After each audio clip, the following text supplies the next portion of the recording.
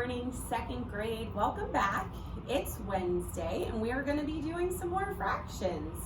So let's get started, okay? I hope you all are having a great day. I'm excited today because we're going to be talking about something a little bit different. Now, fractions are important for us to know about because we use fractions in lots of different places. You might use fractions in the kitchen.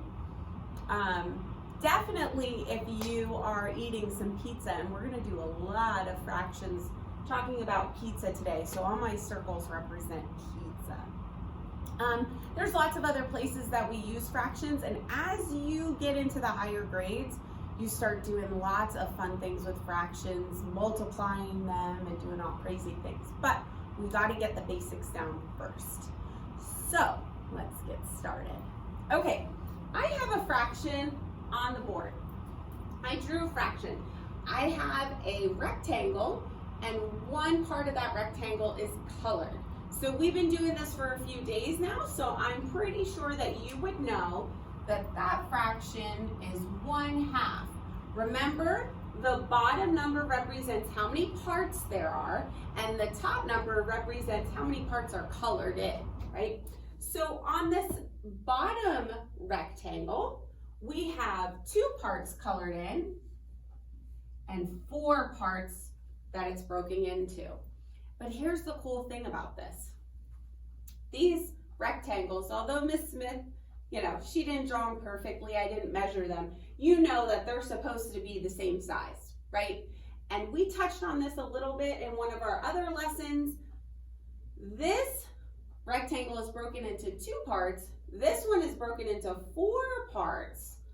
But if I got rid of this one little section, would this rectangle match this rectangle? Let's just say I got rid of those. Do they match? They do. So it's something really cool is 1/2 equals 2/4. Okay? So they are actually equal. Even though there's a different number on top and on bottom, those fractions actually are equal. Now, in order to have them equal, so that you can see, I drew the 2 rectangles close together. They look a little bit similar. Let's come down here. Now let's say this was a pizza. And let's say you had a personal pizza, and if you've ever gone to some pizza places, they'll give you a personal pizza and it's cut into 4ths. So you end up having 4 slices of pizza. So on this pizza, I'm hoping you can see this. On this pizza, it is 3/4 of a pizza. And on this pizza, it's 4/4 of the pizza. So would these 2 pizzas be equal? If you ate 3/4 of this pizza and your best friend ate 4/4 of the pizza, who ate more pizza? Well, the one that ate 4/4. So 4/4 is greater than 3/4, or 3/4 is less than 4/4. Let's come over here and look at these pizzas. Oh, this is where it gets a little confusing. I have my first pizza, and instead of breaking it into 4ths, I broke it into 3rds. So that means there's only 3 pieces of pizza.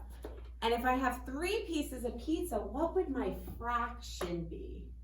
What would my fraction be? Isaac, do you know what it is? It's 1/3. So let's say Isaac ate 1/3 of the pizza. And over here, Eli, you had a piece of pizza. What is the fraction to the pizza that you ate? Well, your fraction is 1/4. So Isaac ate 1/3 and Eli ate 1/4. Who ate the most pizza? Well, if you have 2 pizzas that are the same size and you cut one pizza into 3rds and one pizza into 4ths, which slices are bigger? That's right, the one that's broken into thirds. So even though they both only ate one slice, the slice that Isaac ate is bigger than the slice that Eli ate. I hope that makes sense to you guys. So I broke these into different parts. All right, so you're gonna have to look at your work and you're gonna have to see, all right, they're broken into different amounts.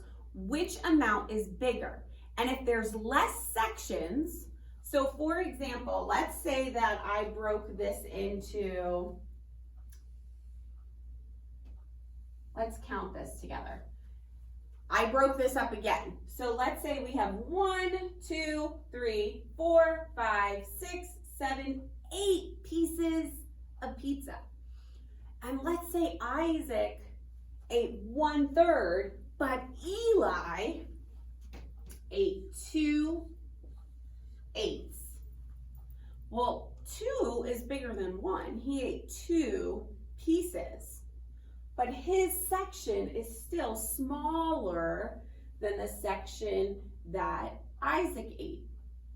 So even if you break it into more pieces, it doesn't necessarily mean that you ate more pizza.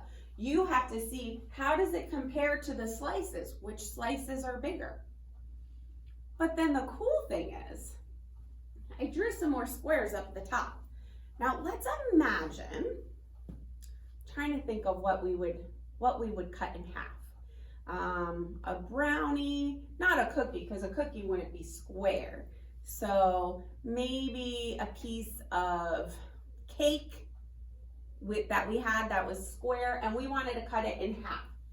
If I cut this cake in half, I have 2 parts. So if I make this into a fraction, and that's 1/2, I cut the cake diagonally.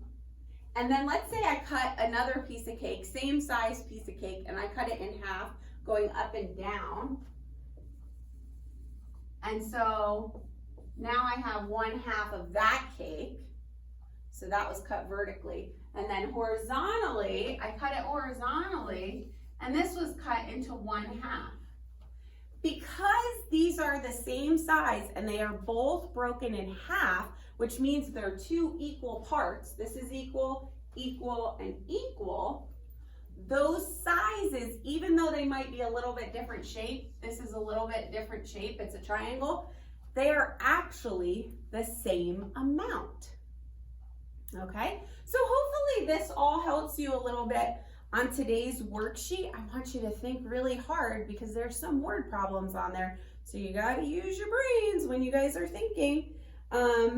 I do hope that you have a fabulous Wednesday. I miss you all very much, and I love seeing all of your portfolios getting filled up and all the fun things that you guys are doing. Keep working hard. Remember, even on your word problems, if they ask you, I don't think this page does, but if they ask you to write incomplete sentences, make sure you're writing incomplete sentences.